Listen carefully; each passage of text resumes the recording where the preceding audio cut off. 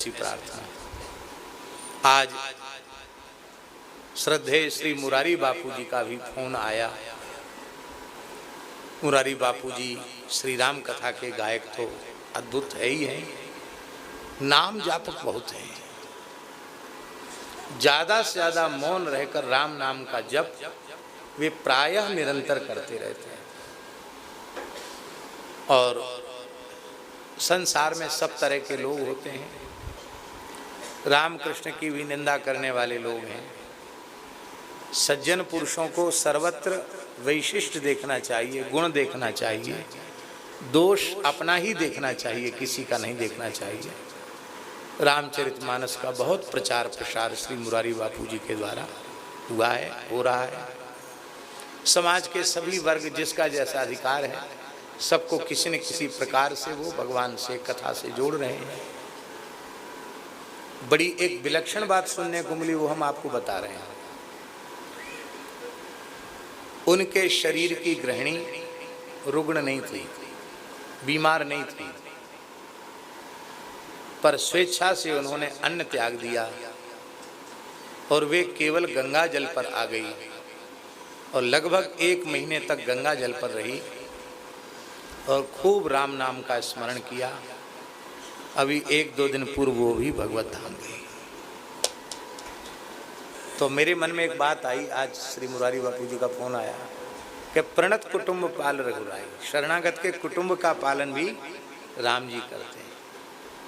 अब देखिए कितनी ऊंची बात, महाभारत में लिखा है केशवराम जी महाराज, अनशन व्रत पूर्वक जो देह का त्याग करता है वो भगवान के उस धाम में पहुंच जाता जहां पहुंचकर जीव लौट कर नहीं आता। तो 1 महीने का अनशन करके, केवल गंगा जल पान करके और भगवत स्मरण पूर्वक उन्होंने देह का विसर्जन किया।